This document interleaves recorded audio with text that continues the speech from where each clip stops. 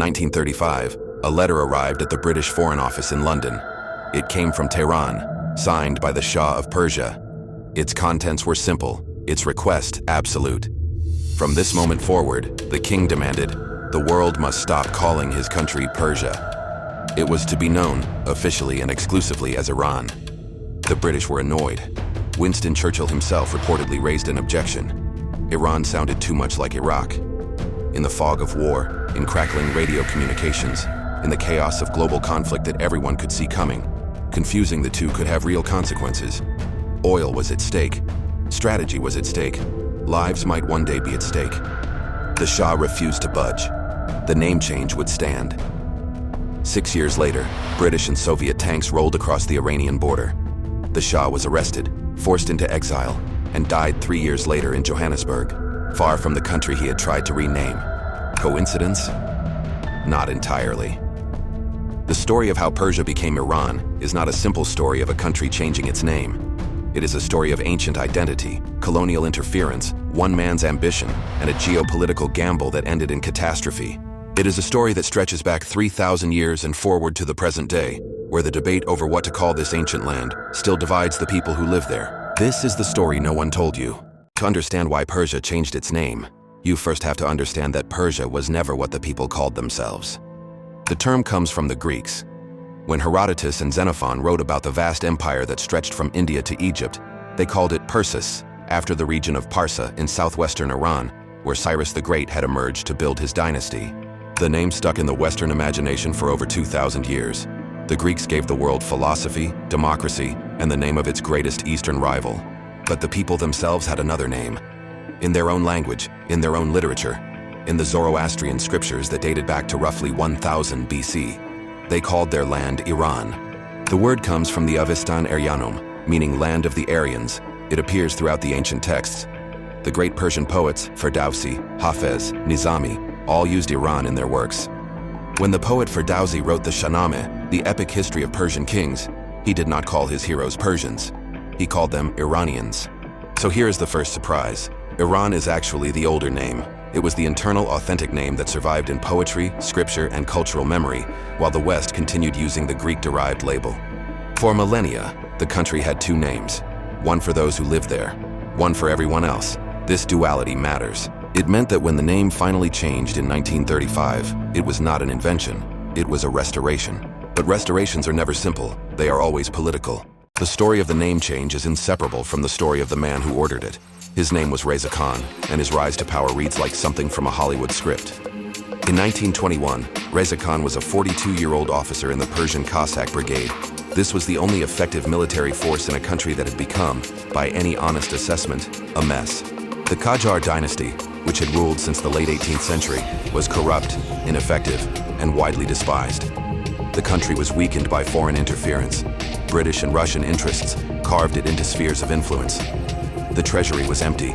The government barely functioned. Reza Khan was tall, imposing, utterly without formal education, and possessed of a will of iron. He had risen through the ranks the hard way, distinguished by his physical courage and his complete lack of interest in the corruption that surrounded him. With backing from British General Edmund Ironside, who saw in Reza Khan a strongman who could stabilize the country and protect British interests, Reza Khan marched his troops into Tehran. The coup was almost bloodless. Within 4 years, he had deposed the last Qajar Shah and declared himself the new monarch. He took a new surname for his dynasty, Pahlavi. The name was a signal. Pahlavi referred to the language spoken during the Sasanian Empire, the last great Persian dynasty before the Arab conquest in the 7th century. Reza Khan was deliberately reaching back past centuries of Islamic rule to connect his new dynasty with the glorious, powerful pre-Islamic Persian past.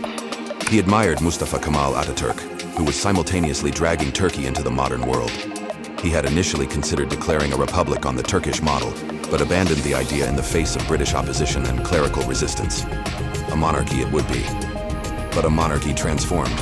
Between 1925 and 1941, Reza Shah, as he now styled himself, launched the most ambitious modernization campaign in Iranian history. He built factories, roads, and a trans-Iranian railway. He created a national public education system and sent hundreds of Iranian students to Europe for training. He reformed the judiciary, introduced modern healthcare, and suppressed the tribal revolts that had plagued his predecessors. He was also a dictator. Dissent was crushed. The press was controlled. Traditional ways of life were disrupted, sometimes violently. The Shah had little patience for those who stood in his way. And he had a problem. His country was still trapped between two predatory powers, Britain, which controlled its oil, and the Soviet Union, which loomed to the north. He needed a counterweight. He needed a third option. He found it in Germany. In March 1935, Reza Shah formally requested that foreign governments cease using the name Persia and instead refer to his country as Iran. The British Foreign Office, as was standard practice, circulated instructions to all government departments, replace Persia with Iran in maps and official correspondence. The change was implemented, grudgingly, but with one significant objection. Winston Churchill, whether formally or informally, raised the concern that Iran sounded too much like Iraq. Both countries were strategically vital. Both had oil. Both would soon be occupied by British forces. Confusing them could have real consequences. The Shah refused to reconsider. The change went ahead. Why did he do it? Historians point to two primary motivations. The first was national unity. Iran is a multi-ethnic state. Persians make up just over half the population. Significant minorities include Azeris, Kurds, Arabs, Turkmens, Armenians, and others. The name Persia, which highlighted the dominant ethnic group, was inherently divisive. Iran, land of the Aryans, was inclusive. It could unite all ethnic groups under a single national identity. Every citizen of the country, regardless of ethnicity, could call themselves Iranian. The second motivation was more complicated. It was also geopolitical. In the 1930s, Nazi Germany was aggressively promoting the ideology of Aryan racial superiority. The word Iran literally means land of the Aryans. Reza Shah had deliberately cultivated ties with Germany, awarding infrastructure contracts to German firms and employing German engineers and technicians. By emphasizing Iran's Aryan identity, he was aligning his country with the rising power of Nazi Germany, both as a counterweight to British and Soviet pressure and as a source of national pride on the international stage. This is the uncomfortable part of the story that most accounts gloss over. The name change wasn't just about nationalism, it was also about strategy. Iran was caught between Britain and the Soviet Union. Germany offered a third way. The Aryan connection provided ideological cover for this strategic alignment. For a few years it worked. German engineers built factories. German technicians trained Iranian workers. Trade flourished. The Shah watched the growing power of Nazi Germany with satisfaction, believing he had found a way to balance his country between the great powers. He was wrong. In June 1941, Germany invaded the Soviet Union. Overnight, the strategic calculus of the war transformed. Britain and the Soviet Union, ideological enemies, became allies. Both turned their attention to Iran. The newly completed Trans-Iranian Railway was now the most efficient route to supply the Soviet war effort. Arms, ammunition, and Lend-Lease supplies could flow from the Persian Gulf through Iran and into the southern Soviet Union. But there was a problem. Iran was crawling with German nationals, engineers, technicians, advisors, possibly spies. Britain demanded that Iran expel all Germans. Reza Shah refused. Expelling them would cripple his development projects, he argued. Besides, he was neutral. The war was not his concern.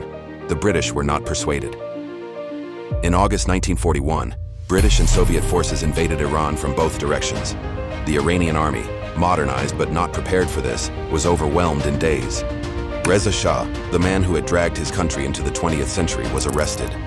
He was forced to abdicate in favor of his 21-year-old son, Mohammad Reza Pahlavi. Then he was loaded onto a British ship and sent into exile. He never saw Iran again. He died in Johannesburg in 1944, a broken and bitter man. The name change meant to signal independence, and Aryan pride had ended with British and Soviet tanks rolling through Tehran. The German alignment, meant to balance the great powers, had invited invasion. The Shah's ambition had outrun his judgment. His son would rule for another 38 years, becoming America's closest ally in the Middle East, until his own overthrow in 1979. But that is another story. The debate over what to call the country did not end with Reza Shah's fall. For many Iranians, especially in the diaspora, the two names carry very different connotations. Persia evokes the glorious ancient empire. Cyrus the Great, who freed the Jews from Babylon and declared the first charter of human rights. Persepolis, the ceremonial capital whose ruins still stand as a testament to ancient grandeur. The poets, the carpets, the gardens, the miniatures, the civilization that impressed the Greeks and inspired the Bible. Iran evokes the 20th century, turbulence, revolution, the hostage crisis, sanctions, political Islam, a complicated, often painful relationship with the West. Dr. Ehsan Yarshater, the founder of Encyclopedia Iranica, argued forcefully that using Persia in English would have better served the country's cultural reputation. Persia, he wrote, is associated with pleasing notions and general refinement of taste and culture. Iran carries none of those connotations for Western audiences. The 1979 Islamic Revolution added another layer. The new regime was ambivalent about the pre-Islamic past. Ayatollah Khomeini's ideology emphasized Islamic identity over Persian nationalism. For a time, it seemed the ancient heritage might be downplayed or even suppressed. But in recent years, something interesting has happened. Even the Islamic Republic has begun rehabilitating pre-Islamic symbols. Cyrus the Great, Persepolis, the ancient heritage. These have been integrated into a narrative where Persian civilization and Islam are complementary, not contradictory. As one analyst put it, being Iranian and being Muslim are not conflicting identities, but two interrelated aspects of a common legacy in which Islamic identity orientates and gives cohesion to Persian historical and cultural memory. In 1959, Mohammad Reza Shah, the son of the man who had changed the name, announced that the terms Iran and Persia could be used interchangeably in formal correspondence. By then, it was too late. Iran had already become the country's dominant name in international usage. But the debate continues. Walk through the bazaars of Tehran or the cafes of Los Angeles' Iranian diaspora, and you will hear both names used, sometimes interchangeably, sometimes with loaded meaning. Persia, Iran, two names for one people, still asking who they are. What did the British object in 1935? That Iran sounded too much like Iraq. That confusion could have consequences. They were right, in a way they could not have fully understood. The name change was part of a larger gamble, a gamble on German power, on Aryan solidarity, on the ability of a strongman to balance between empires. That gamble failed, and when it failed, the consequences were invasion, occupation, and exile. But the name itself survived. Iran is still Iran. The people still call themselves Iranians. The ancient name, the eternal name, the name that appears in scriptures 3,000 years old, has outlasted the Shah who imposed it and the revolution that overthrew his son. What's in a name? Everything and nothing. The country is the same land, the same people, the same 3,000 years of continuous civilization. Call it Persia, call it Iran. The mountains remain, the poetry remains. The complex, contradictory, endlessly fascinating people remain. But the story of how the name changed, the ambition, the gamble, the catastrophe, the survival, that story matters. Because it reminds us that names are not just labels. They are arguments, they are strategies, they are gambles with history.